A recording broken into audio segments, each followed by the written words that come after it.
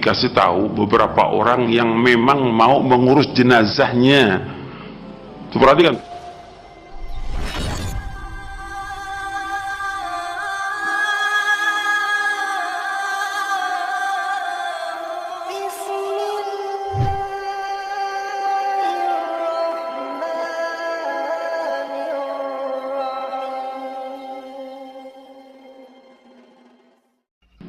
Tentang masalah pengumuman kematian, itu kan ada larangannya dalam hadis Nabi SAW.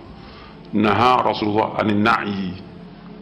Rasulullah melarang dari an-na'yu. Na'yu itu mengumumkan kematian. Jadi kalau ada kematian itu bukan diumumkan, hanya dikasih tahu beberapa orang yang memang mau mengurus jenazahnya. Tuh, perhatikan tuh. Naha Rasulullah anin nahi. Itu ada, antum lihat di kitab-kitab fikih tentang masalah ini di Kitabul Janaiz. Itu larangan mengumumkan kematian. Yang melarang siapa? Rasulullah SAW.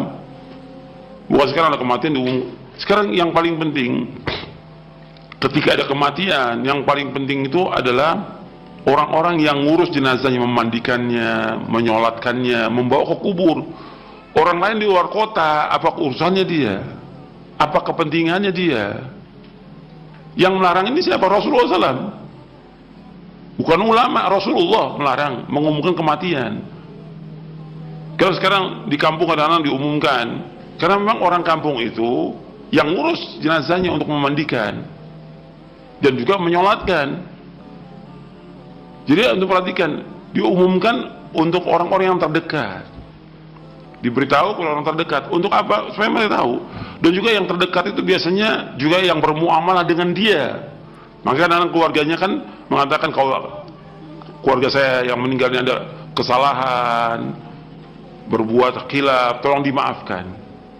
Memang dia bermuamalah tiap hari dengan masyarakat. Kalau dia ada utang piutang, keluarga yang nanggung. Itu benar. Tapi ketika orang umum, apa manfaatnya? Yang pertama, dia sudah melanggar larang Rasulullah. Yang kedua, nggak ada manfaatnya diumumkan untuk orang lain. Yang ketiga, ini yang tadi ditanyakan, menakut-nakuti kaum muslimin. Kan iman itu berbeda-beda orang, bertingkat-tingkat. Dengan disebarkan gitu, tambah takut orang. Dan ini yang takut bukan hanya orang awam, pelajar takut, ustadz dia tambah takut sekarang. Jadi antum jangan umumkan. Jangan baca deh berita-berita tentang COVID sekarang, jangan baca tuh. Nggak manfaat. Antum tambah baca tambah takut. Antum Hasan baca apa tadi? Saya bilang, baca apa? Al-Quran, baca Al-Quran tiap hari itu. Baca Quran, baca hadis Nabi, manfaat, tambah ilmu, tambah iman kita kepada Allah. Bukan baca tentang berita tentang COVID, baca Al-Quran. Itu nggak manfaat. Jadi yang nggak manfaat itu tinggalkan. Kan Nabi bersabda, min husni islamil mar'i tarkuhu ma la ya'ni. Kebaikan Islam seorang meninggalkan apa yang tidak bermanfaat. Jadi diumumkan kurang manfaat. Kalau kita katakan kita ingin doanya, iya, doanya yang paling penting dari keluarganya, yang paling dekat. Doa orang lain betul kita harapkan, tapi dengan pengumuman itu antum menakuti kaum muslimin. Tambah takut orang. Wah, yang sekarang yang mati ini bukan orang jahat aja, orang-orang yang baik juga mati. Kan gitu, tambah takut. Ustadz ini udah mati, dihitung tuh sekarang. Dihitung. Bulan kemarin ini, bulan ini, wallah, jangan-jangan besok saya lagi nih. La haula wala quwwata illa billah. Ajal itu maktub. Sudah ditulis sama Allah. La yastakhirun sa'atan wa la yastaqdimun. Enggak akan maju, enggak akan mundur, udah datang ajalnya. Siapa aja mati. Gak usah takut dengan ajal. Cuma karena ya kondisi yang ada ini membuat manusia ini tambah takut. Makanya kita bahas tentang iman ini, masya Allah manfaatnya besar. Supaya kuat iman kita kepada Allah, kuat tawakal kita, nggak takut. Makanya usahakan tuh nggak usah ada pemberitaan, cukup keluarganya aja. Dari zaman dulu juga keluarganya yang tahu. Kan enggak sekarang, semua orang tahu dan enggak. Apa? Ada mungkin di antara mereka yang mendoakan, ada, tapi yang terbanyak apa? Yang takut dengan berita itu.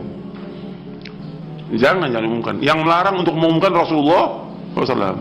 Nabi pernah mengumumkan karena memang diberitahu oleh malaikat Jibril, mayatnya nggak ada di situ. Siapa? Raja Najasyi. Malaikat memberitahu kepada Rasulullah SAW, malaikat Jibril, bahwa Raja Najasyi meninggal. Kamu sholatkan, karena nggak ada yang sholatkan di negerinya dia, nggak ada orang, cuma dia sendiri beriman kepada Allah. Maka Nabi menyolatkan sholat gaib. Hanya sekali itu kejadian sholat gaib, nggak ada lagi yang lain yang memang nggak disolatkan. Adapun di tempat yang memang sudah disolatkan, nggak boleh sholat gaib, nggak boleh.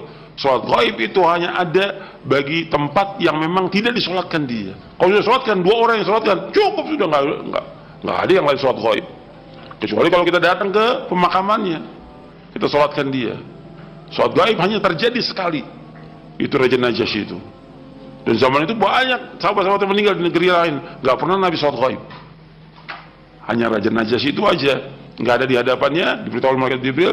Nabi kemudian bersab dengan para sahabat, kemudian sholat dengan 4 kali takbir. Jadi yang tadi saya ingatkan lagi, nggak usah ada pengumuman-pengumuman lagi yang seperti itu di media sosial.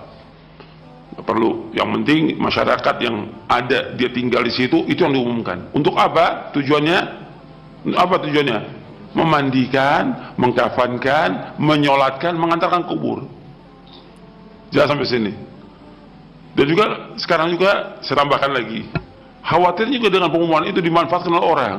Untuk apa? Untuk donasi. Ini yang merusak nih nama dakwah.